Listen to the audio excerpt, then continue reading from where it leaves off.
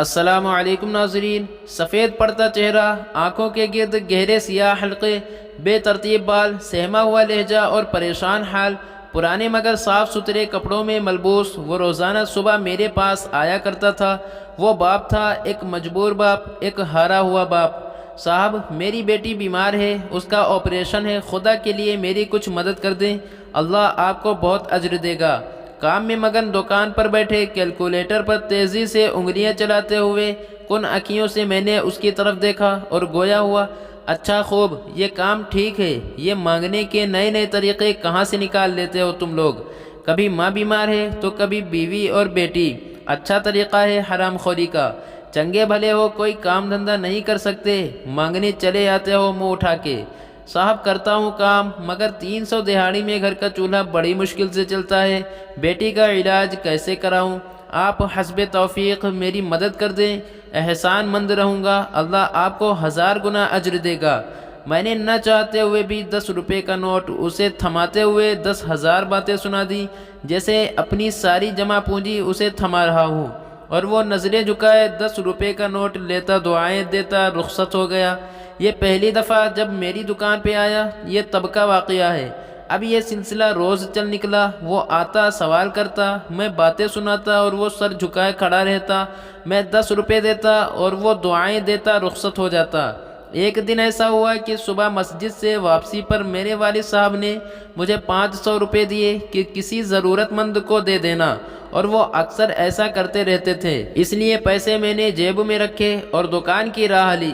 حسب معمول پہلے کی طرح سب سے پہلے اسی فقیر نے آ کر مؤدبانہ اور سلجھے طریقے سے سوال کیا، اور میں نے سب سے پہلے اسے خوب الٹی سیدھی سنائی اور 500 کا نوٹ نکال کر اس کی طرف بڑھاتے ہوئے اسے خبردار کیا کہ یہ تمہارے پورے 6 مہینے کی خیرات ہے۔ اب 6 ماہ تک تم دوبارہ میری دکان کے آس پاس بھی نظر آئے تو تمہاری خیر نہیں۔ اور وہ روزانہ کی طرح سر جھکائے دعائیں دیتا، نظروں سے اوجھل ہو گیا۔ تقریباً 2 ہفتے تک تو وہ دوبارہ نظر نہ آیا۔ پھر ایک دن میں اپنے اسسٹنٹ کے ساتھ باتوں میں مصروف تھا کہ وہ فقیر نمودار ہوا۔ اسے دیکھ کر جھٹ سے میرا پارا 7ویں آسمان کو چھونے لگا۔ تم پھر آ گئے، اثر نہیں ہوا تھا، کیا کہا تھا میں نے؟ ذرا بھی سکون نہیں، بہت ڈھیٹ آدمی ہو۔ اس نے میری طرف خاموشی سے دیکھا اور بند مٹھی میرے سامنے کاؤنٹر پر رکھ کر کھول دی۔ اس میں کچھ پیسے تھے۔ خود کو سنبھالتے ہوئے میں نے حیرانی سے اس کی طرف دیکھا اور پوچھا، یہ کیا ہے؟ اس نے کہا، صاحب، آپ نے جو پیسے دیے تھے ان میں سے کچھ بچ گئے تھے، وہ واپس کرنے آیا ہوں، کیونکہ میری بیٹی کا پچھلے ہفتے انتقال ہو گیا ہے۔ مجھے اب ان پیسوں کی ضرورت نہیں، آپ رکھ لیں۔ صاحب، میں مجبور تھا، فقیر نہیں، اور آپ لوگوں کی بہت مہربانی جو میرے مشکل وقت میں مجھ بے بس اور لاچار کے کام آئے۔ اللہ آپ کو کبھی کسی شے کی تھوڑ نہ دے۔ صاحب، اللہ خوش اور آباد رکھے۔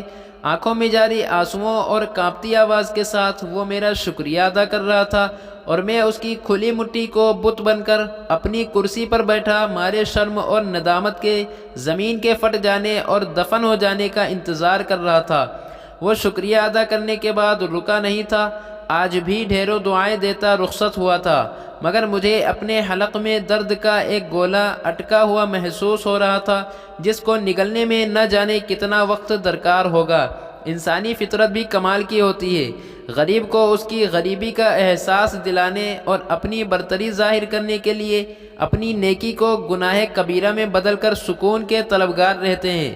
اللہ نے ہمیں جب ایسی بے شمار نعمتوں سے نواز رکھا ہے جس کی ہم ذرا بھی لائق اور قابل نہیں، تو پھر ہم کیوں اس کے دیے ہوئے سے جب کسی ضرورت مند کی مدد کرتے ہیں تو اصل اور نقل کے چکر میں پڑ جاتے ہیں؟ آپ جب بھی جتنا ہو سکے توفیق کے مطابق جب کسی کی مدد کریں تو دل سے کریں اور اللہ کی رضا کے لیے کریں، اور اللہ کی رضا بیزاری سے حاصل نہیں ہوتی، صدقے دل سے ہوتی ہے۔ اگر آپ کو یہ ویڈیو پسند آئی ہو تو ویڈیو کو لائک کیجئے اور اپنے دوستوں میں شیئر کیجئے، اور چینل پر نئے ہو تو چینل کو بھی سبسکرائب کیجئے۔ جزاک اللہ۔